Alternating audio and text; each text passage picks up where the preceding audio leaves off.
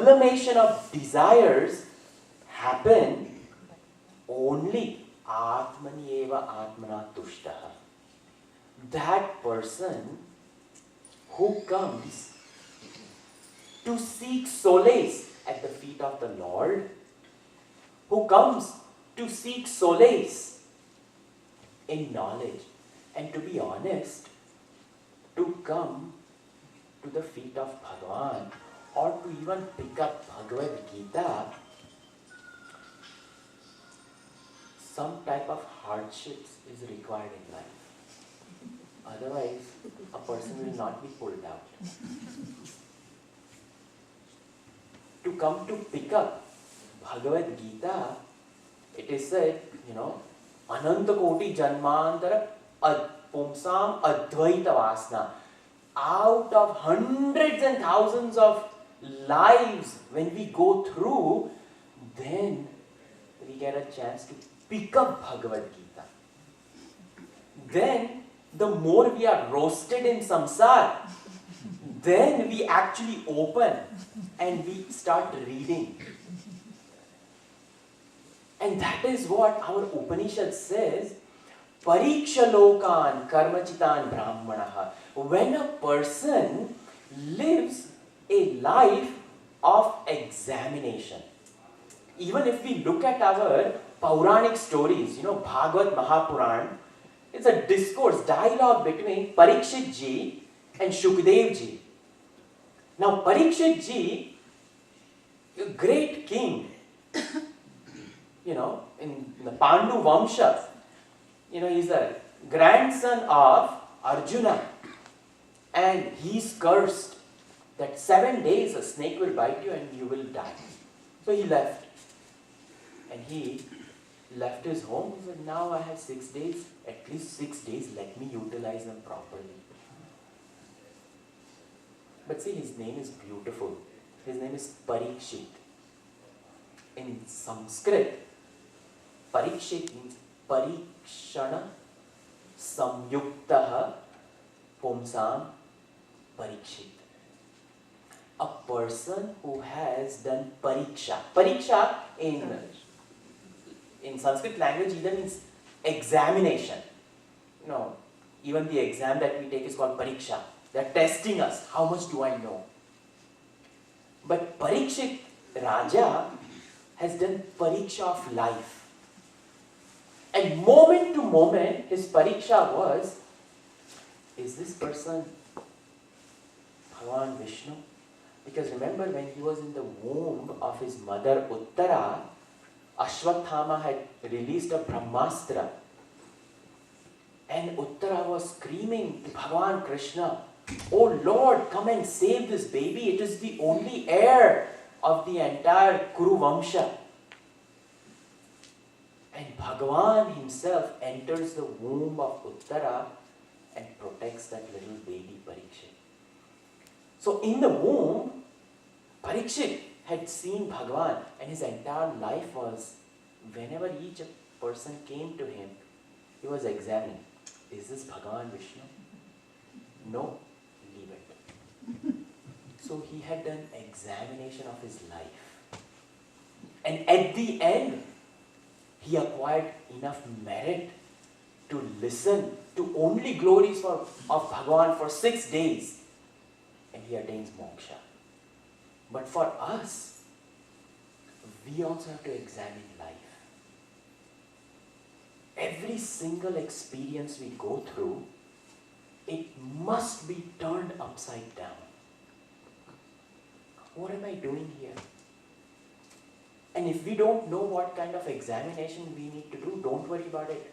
Tomorrow, Bhaj Govindam, Shankaracharya himself will tell us what kind of examination we need to do. But if our goal in our life is to truly spiritually evolve, truly acquire little bit of peace of mind, we must examine our life. मैं क्या कर रहा हूँ? What am I doing? Please turn off the cell phones. We have to examine what am I doing? Where am I heading? What do I want out of life? The minute we inquire, quality of our desires starts changing. The minute we inquire, but all of us are living our life not at the speed limit of 65 or 70, twice that much, 140 miles per hour and cruise control. And not even scanning rear view or side mirrors, or not even turning around. Just going. Why? Next door person is going. This person is going. I must also go. So, if that is the life we live, desires will never leave us. They will keep on increasing. So Bhagavan's first shloka in Stita pragna lakshan was, when desires come to an end, Arjuna, at that time, wisdom, your pragna, your intelligence will stay put in wisdom. Tasya pragna pratishtita, it abides firmly in wisdom. But for that, swalpam apyalpasya dharmasya trayate mahato bhaya. Little bit of dharmachar we have to do. This shloka Bhagavan spoke earlier in same second chapter, that Arjuna, you abide little bit in righteousness, and that will bring about complete transformation in the vision.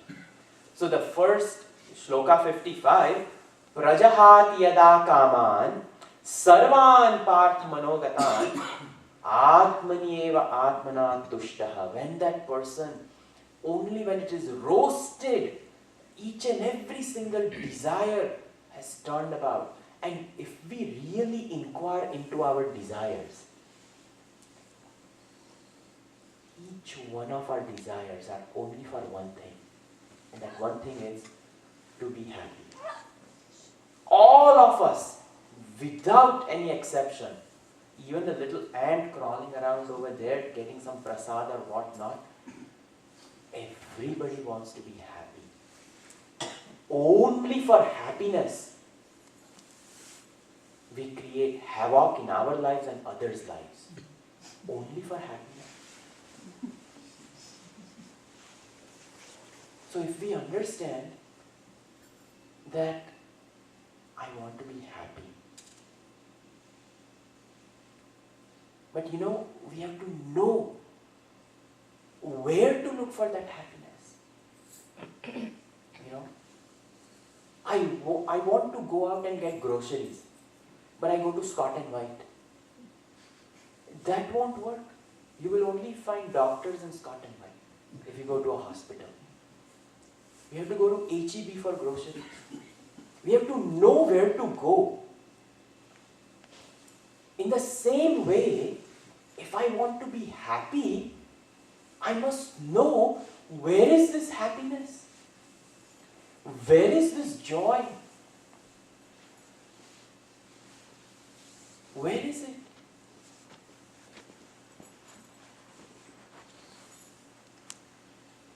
And little bit of inquiry tells us that that happiness, that joy, I behold it. I behold it. No money is required, no degree is required, no status is required. Nothing is required. Proper understanding, that is all that is required. Just proper understanding. In the light of